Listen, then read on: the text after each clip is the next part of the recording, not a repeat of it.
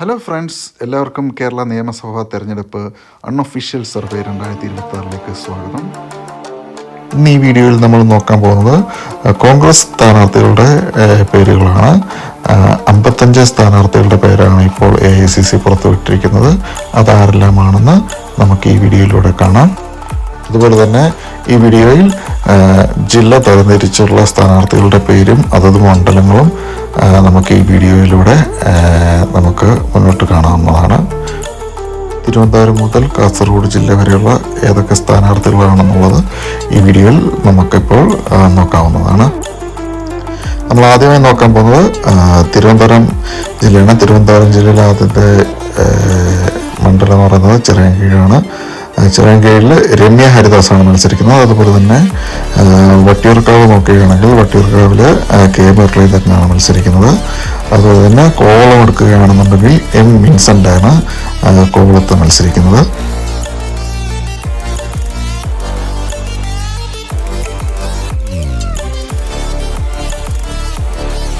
അടുത്തതായിട്ട് നമ്മൾ നോക്കാൻ പോകുന്നത് കൊല്ലം ജില്ലയാണ്.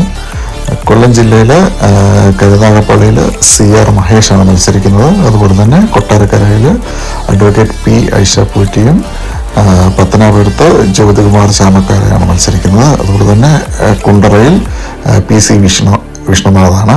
വിഷ്ണുനാഥ് കഴിഞ്ഞ പ്രാവശ്യം ചെങ്ങന്നൂരായിരുന്നു മത്സരിച്ചത്. അതുപോലെ തന്നെ കൊല്ലത്ത് അഡ്വക്കേറ്റ് ബിന്ദു കൃഷ്ണയാണ് മത്സരിക്കുന്നത്. അതുപോലെ തന്നെ ചാത്തന്നൂരിൽ സൂരജ് രവിയാണ് മത്സരിക്കുന്നത്.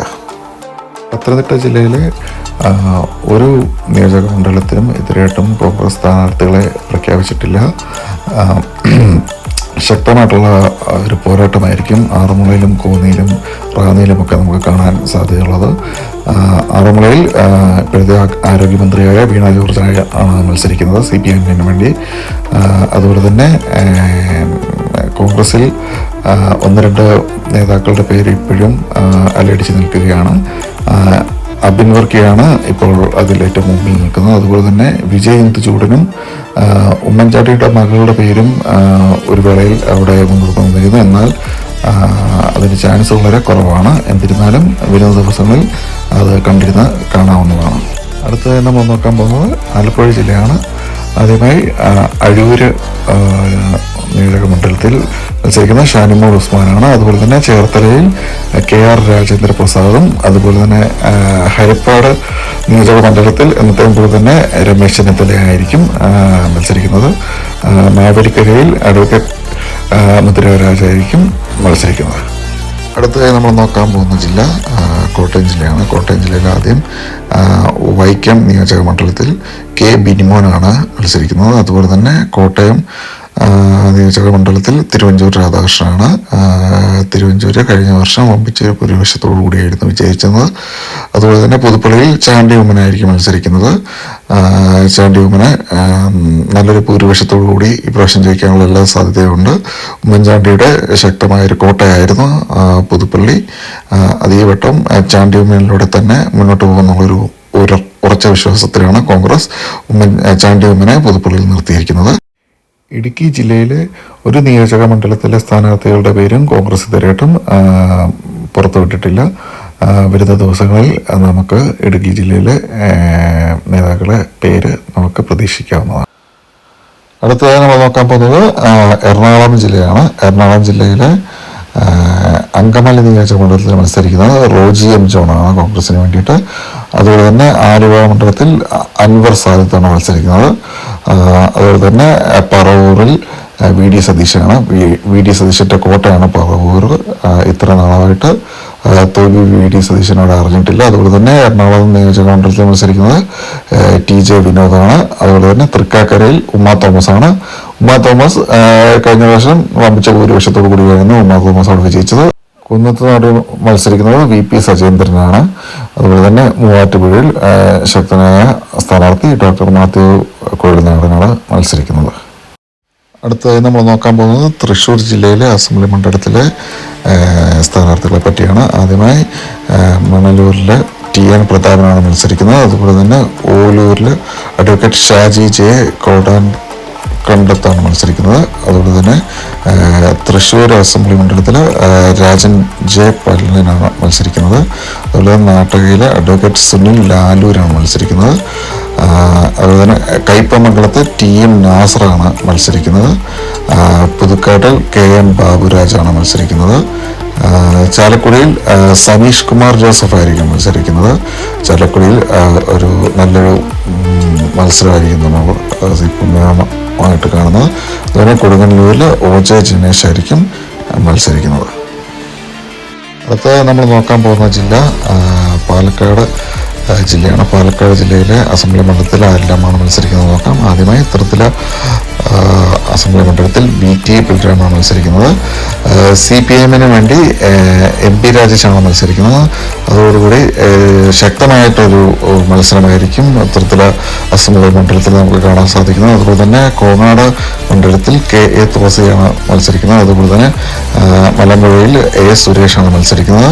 അതുപോലെ തന്നെ പാലക്കാട് അസംബ്ലി മണ്ഡലത്തിൽ രമേശ് പിഷാരടിയാണ് ഒരു മികച്ചൊരു ഒരു സ്ഥാനാർത്ഥിയാണ് ഈ പ്രാവശ്യം UDF പാലക്കാട് ഇറക്കിയിരിക്കുന്നത്. രമേശ് പിഷാരടിയുടെ ജനപങ്കാളിത്തം UDFുമായിട്ടുള്ള ഇത്രയും വർഷത്തെ ഒരു കൂട്ടും എല്ലാം കൂടെ ചേർന്ന് മികച്ചൊരു വിജയം അവിടെ പ്രകടനം കാണിക്കുമെന്നാണ് UDF വിശ്വസിക്കുന്നത്. അതുപോലെ തന്നെ തഴൂരിൽ മത്സരിക്കുന്ന KC സുബ്രഹ്മണ്യനാണ്. അതുപോലെ തന്നെ ചിറ്റൂരിൽ അഡ്വക്കേറ്റ് സുമേഷ് അച്യുതനാണ് മത്സരിക്കുന്നത്. നേമമാറിൽ മത്സരിക്കുന്നത് T തങ്കപ്പനാണ്. അതുപോലെ തന്നെ ആലത്തൂരിൽ KN ഫെബിനാണ് മത്സരിക്കുന്നത്. ആലത്തൂർ ശരിക്കും CPMന്റെ നല്ലൊരു സ്ഥാനാർത്ഥിയാണ് മത്സരിക്കുന്നത്. അതുപോലെ തന്നെ അവിടെ മികച്ചൊരു പ്രകടനം തന്നെ നമുക്ക് കാണാൻ സാധിക്കും. അടുത്തതായി നമ്മൾ നോക്കാൻ പോകുന്നത് മലപ്പുറം ജില്ലയാണ്. മലപ്പുറം ജില്ലയിലെ അസംബ്ലി മണ്ഡലത്തിൽ ആരെല്ലാമാണ് മത്സരിക്കുന്നത് നമുക്ക് നോക്കാം.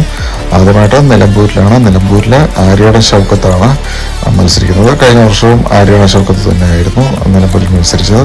അതുപോലെ തന്നെ വണ്ടൂരിൽ മത്സരിക്കുന്ന AP അനിൽകുമാറാണ്. തവനൂർ അസംബ്ലി മണ്ഡലത്തിൽ മത്സരിക്കുന്ന VS ജോയിയാണ്. തവനൂരിൽ നമുക്ക് ശക്തമായിട്ടൊരു മത്സരം തന്നെ കാണേണ്ടി വരും. തവനൂർ അസംബ്ലി മണ്ഡലത്തിൽ CPIM വേണ്ടിയിട്ട് KT ജലീലാണ് മത്സരിക്കുന്നത്. KT ജലീലും VS ജോയും തമ്മിലുള്ളൊരു വമ്പിച്ചൊരു മത്സരം തന്നെ നമുക്കവിടെ കാണേണ്ടി വരും. അതുപോലെ തന്നെ പൊന്നാനിയിൽ മത്സരിക്കുന്നത് നൗഷാദ് അലിയാണ്. അടുത്ത നമുക്ക് കോഴിക്കോട് ജില്ലയിലെ അസംബ്ലി മണ്ഡലത്തിലെ സ്ഥാനാർത്ഥികളെ പറ്റി നോക്കാം. ആദ്യമായി കൽപ്പറ്റ അസംബ്ലി മണ്ഡലത്തിൽ അഡ്വക്കേറ്റ് T സിദ്ദീഖാണ്. T സിദ്ദീഖ് ശക്തനായ ഒരു നേതാവാണ്.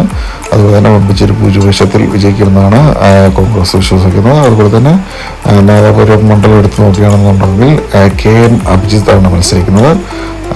അടുത്തതായി നമ്മൾ നോക്കാൻ പോകുന്നത് കൊയിലാണ്ടിയാണ്. കൊയിലാണ്ടിയിലെ അഡ്വക്കേറ്റ് K പ്രവീൺ കുമാറാണ് മത്സരിക്കുന്നത്. അതുപോലെ തന്നെ ബാലുശ്ശേരിയിൽ VT സൂരജാണ് മത്സരിക്കുന്നത്. എലത്തൂരിൽ വിദ്യ ബാലകൃഷ്ണനാണ് മത്സരിക്കുന്നത്. അതുപോലെ തന്നെ കോഴിക്കോട് നോർത്തിൽ അഡ്വക്കേറ്റ് K ജയന്ത് ആണ് മത്സരിക്കുന്നത്. CPMും കോഴിക്കോട്ടിൽ ശക്തരായിട്ടുള്ള നേതാക്കളെ തന്നെയാണ് ഓരോ അസംബ്ലി മണ്ഡലത്തിലും ഇറക്കിയിരിക്കുന്നത്. അടുത്തതായി നമ്മൾ നോക്കാൻ പോകുന്നത് വയനാട് ജില്ലയെ പറ്റിയാണ്. വയനാട് ജില്ലയിലെ അസംബ്ലി മണ്ഡലത്തിൽ മാനന്തവാടി അസംബ്ലി മണ്ഡലത്തിൽ മത്സരിക്കുന്നത് ഉഷ വിജയനാണ്. അതുപോലെ തന്നെ സുൽത്താൻ ബത്തേരി അസംബ്ലി മണ്ഡലത്തിൽ മത്സരിക്കുന്നത് C ബാലകൃഷ്ണനാണ്. അടുത്തതായി നമ്മൾ നോക്കാൻ പോകുന്നത് കണ്ണൂർ ജില്ലയാണ്. കണ്ണൂർ ജില്ലയിലെ അസംബ്ലി മണ്ഡലങ്ങളിൽ ആരൊക്കെയാണ് മത്സരിക്കുന്നത് നോക്കാം. ആദ്യമായി ഇരിക്കൂർ അസംബ്ലി മണ്ഡലത്തിൽ മത്സരിക്കുന്നത് അഡ്വക്കേറ്റ് സജീവ് ജോസഫാണ്. അതുപോലെ തന്നെ ധർമ്മടത്ത് മത്സരിക്കുന്നത് അബ്ദുൾ റഷീദാണ്. അബ്ദുൾ റഷീദൊക്കെ എത്രമാത്രം വോട്ട് നേടുമെന്നുള്ളത് നമുക്ക് കാണേണ്ടതാണ്. കാരണം ധർമ്മടത്ത് മത്സരിക്കുന്ന പിണറായി വിജയനാണ്. പിണറായി വിജയൻ്റെ കോട്ടയാണ് ധർമ്മടം. അതുകൊണ്ടൊക്കെ തന്നെ അബ്ദുൾ റഷീദൊക്കെ എത്രമാത്രം വോട്ടോടെ നേടിയെടുക്കും എന്നുള്ളത് നമുക്ക് റിസൾട്ടൊക്കെ വരുമ്പോൾ കാണാവുന്നതാണ്. അതുപോലെ തന്നെ തലശ്ശേരിയിൽ KP സാജുവാണ് മത്സരിക്കുന്നത്. അതുപോലെ തന്നെ കണ്ണൂരിലുള്ള അടുത്തൊരു മികച്ചൊരു മത്സരമായിരിക്കും പേരാവൂരിൽ നമുക്ക് കാണാൻ സാധിക്കുന്നത്. പേരാവൂരിൽ കോൺഗ്രസിന് വേണ്ടി അഡ്വക്കേറ്റ് സണ്ണി ജോസഫാണ് മത്സരിക്കുന്നത്. അതുപോലെ തന്നെ KK ശൈലജയാണ് CPIM വേണ്ടി മത്സരിക്കുന്നത്. വമ്പിച്ചൊരു മത്സരമായിരിക്കും പേരാവൂരിൽ നമുക്ക് കാണാൻ സാധിക്കുന്നത്. കാസർഗോഡ് ജില്ലയെ പറ്റി നോക്കുകയാണെന്നുണ്ടെങ്കിൽ ഒരു സ്ഥാനാർത്ഥികളുടെ പേരും ഇതിനായിട്ടും കോൺഗ്രസ് പുറത്തുവിട്ടിട്ടില്ല. വരും ദിവസങ്ങളിൽ നമുക്ക് അത് കാണാവുന്നതാണ്. Thank you for watching this video. ദയവായി ചാനൽ സബ്സ്ക്രൈബ് ചെയ്യാത്ത എല്ലാവരും ദയവായി ചാനൽ സബ്സ്ക്രൈബ് ചെയ്യുക. അതുപോലെ തന്നെ നമ്മൾ ഈ ചാനലിൽ CPIMൻ്റെയും BJPയുടെയും നേതാക്കളുടെ പേരെല്ലാം പല പല വീഡിയോകൾ ഇട്ടിട്ടുണ്ട്. ദയവായി എല്ലാ വീഡിയോസും കാണുക. അതുപോലെ തന്നെ ഇനിയുള്ള എല്ലാ പുതിയ അപ്ഡേറ്റ്സും ഈ ചാനലിൽ ഉണ്ടായിരിക്കുന്നതാണ്. ദയവായി ചാനൽ സബ്സ്ക്രൈബ് ചെയ്യാത്തവർ ചാനൽ സബ്സ്ക്രൈബ് ചെയ്യുക. Thank you.